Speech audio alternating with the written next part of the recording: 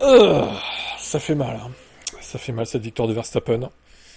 La safety car à la fin a potentiellement relancé un peu la course, mais Piastri n'avait pas de pneus neufs, donc malheureusement il n'a pas pu mettre des gommes dures neuves. Bon, bah certains diront que ça a désavantagé Norris, qui a pas pu jouer la victoire, mais en fait non, parce que on voit que Norris n'a jamais pu revenir sur Verstappen en fin de course, et que Verstappen gérait, hein. Honnêtement, voilà. La Red Bull était très bonne ce week-end.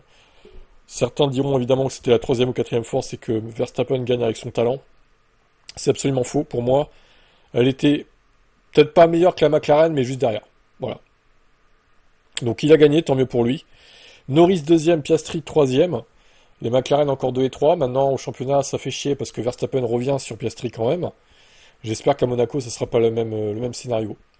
Hamilton, belle quatrième place, hein. Il a pu s'arrêter, mettre des pneus durs à la fin, après le safety car.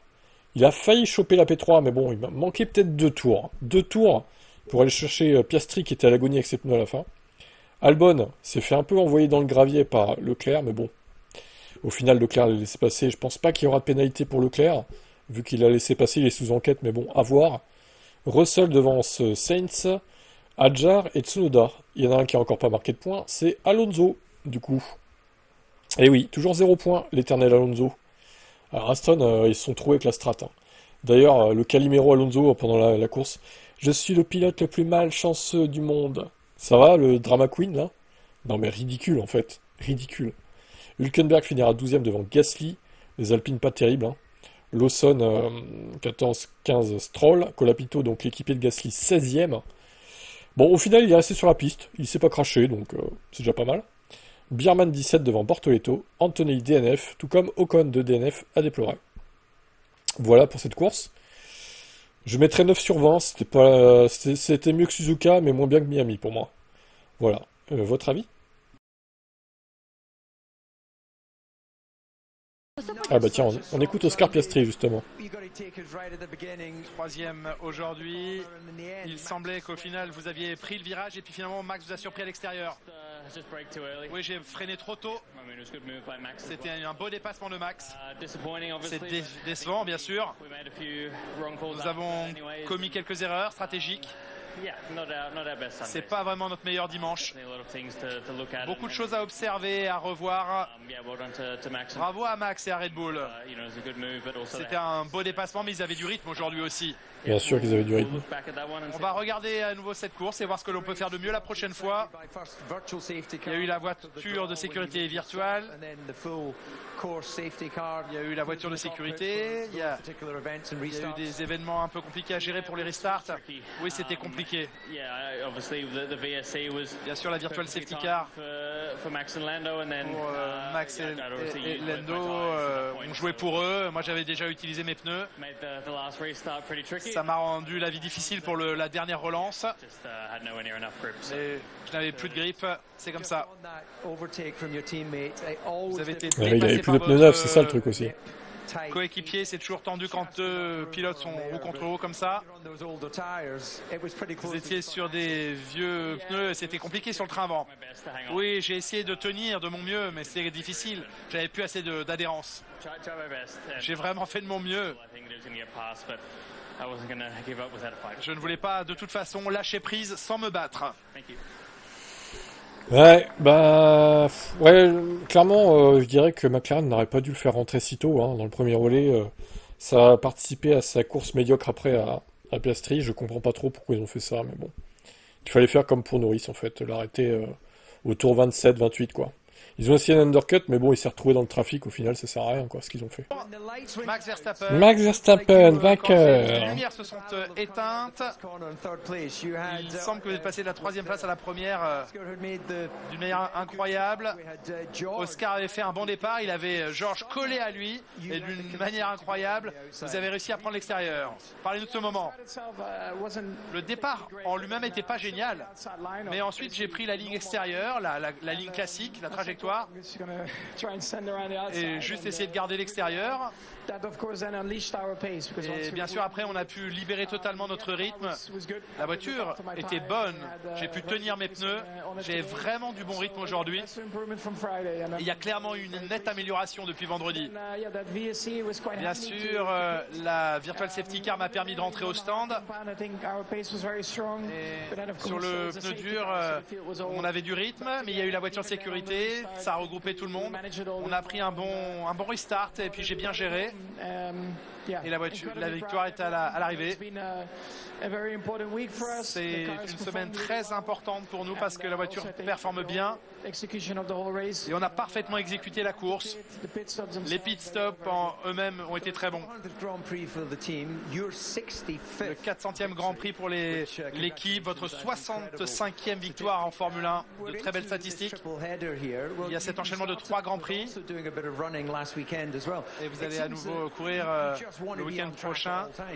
Vous êtes tout le temps en piste et vous avez couru le week-end dernier aussi. Mais j'adore piloter. On s'en fout de ça live. En Formule 1 bien sûr. J'aime piloter dans quelques types de voitures que ce soit. T'es pas là pour raconter ta vie, Max. T'es là pour parler de la course. Ça va être un gros challenge. Mais pour l'instant, je veux juste savourer cette journée.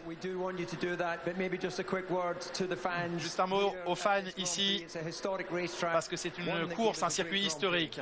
Oh là là, les C'est questions, toujours ça. fantastique de venir ici en Italie. Il y a une passion totale pour le sport auto.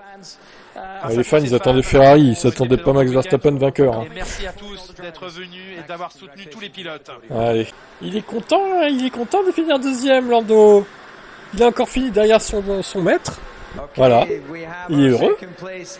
Il est content. Deuxième aujourd'hui, Lando Norris. Ça a été une course intéressante. Vous partiez de la 4e place. Les choses sont un petit peu venues à vous et puis vous avez pu vous mêler à la bataille avec votre coéquipier. Ça a été une course longue de mon point de vue. Pas simple de dépasser. On a fait ce qu'on pouvait. Max a fait une belle course. Ils étaient rapides aujourd'hui. Peut-être même les plus rapides, mais on ne lâche pas. Ça a été une belle bataille avec Oscar à la fin. C'est toujours intense, mais c'est aussi du plaisir. Belle course de mon côté. Pour moi, 2e et 3e pour l'équipe, c'est bien. Bien sûr, on aimerait être devant Max, mais ils étaient trop bons pour nous aujourd'hui.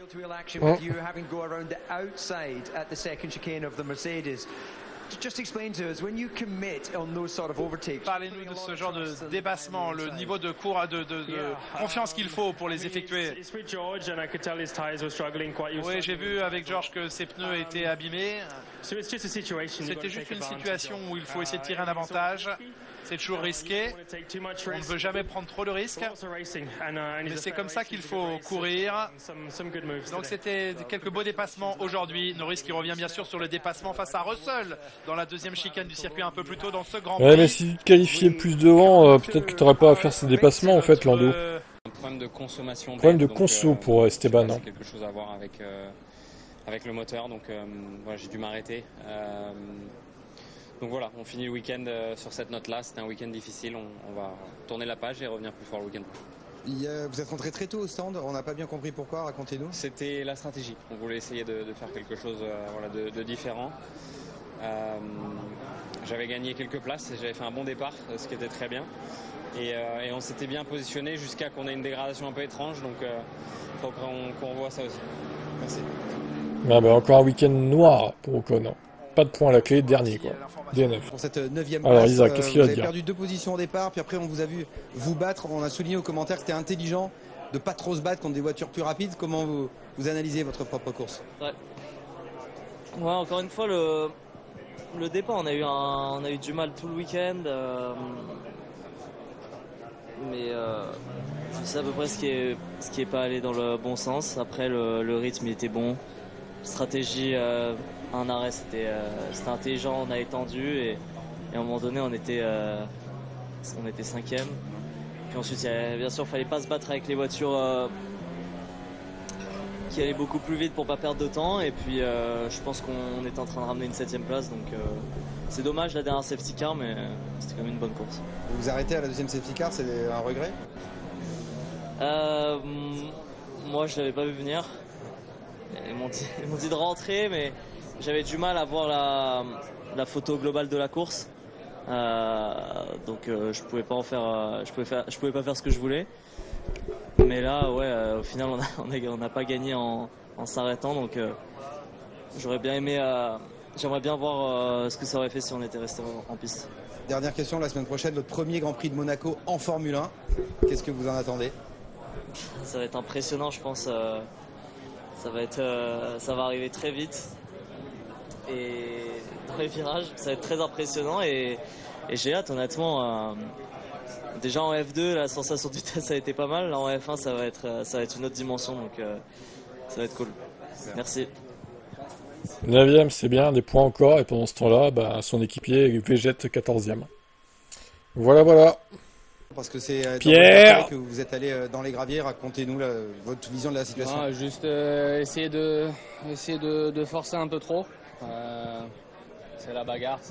C'est la bagarre. Malheureusement, j'ai voulu essayer de laisser un peu de place à l'intérieur pour lui et de rester sur l'extérieur, mais j'étais hors ligne, je pensais que ça allait tenir et malheureusement quand j'ai braqué ça a pas du tout tourné, donc je suis allé trop large et voilà, pas Il a tendu la pelouse, Pierre. Un peu trop de volonté de ma part. Vous avez vite choisi les deux arrêts, mais finalement avec la voiture de sécurité virtuelle, ça vous a pas aidé, et est-ce que ça a participé à vous empêcher de marquer des points? Il va falloir revoir un peu parce que c'est vrai que c'est passé beaucoup de choses. Donc il y a eu la première voiture de sécurité, on a réussi à en profiter. Après, il y a eu le dernier safety car où je pense que pour nous, par rapport à la stratégie qu'on était en train de faire, tous ceux qui essayaient de faire un arrêt auraient été beaucoup en difficulté en fin de course et on pensait capitaliser là-dessus. Et ça leur a donné un arrêt gratuit. Donc je pense que c'est surtout ce dernier safety car qui n'a pas forcément été en notre faveur. Après, non, aujourd'hui, il va falloir revoir. Moi, j'ai pas été très content de ma course avec cette erreur. Et puis après, on était, je pense, un petit peu plus en difficulté que ce à quoi on s'attendait. Donc on va essayer de travailler ça pour la semaine prochaine. Ouais, douche froide pour Alpine. On les voyait bien en essai libre. Là, au final, ils n'ont pas de rythme en course, en fait, tout simplement.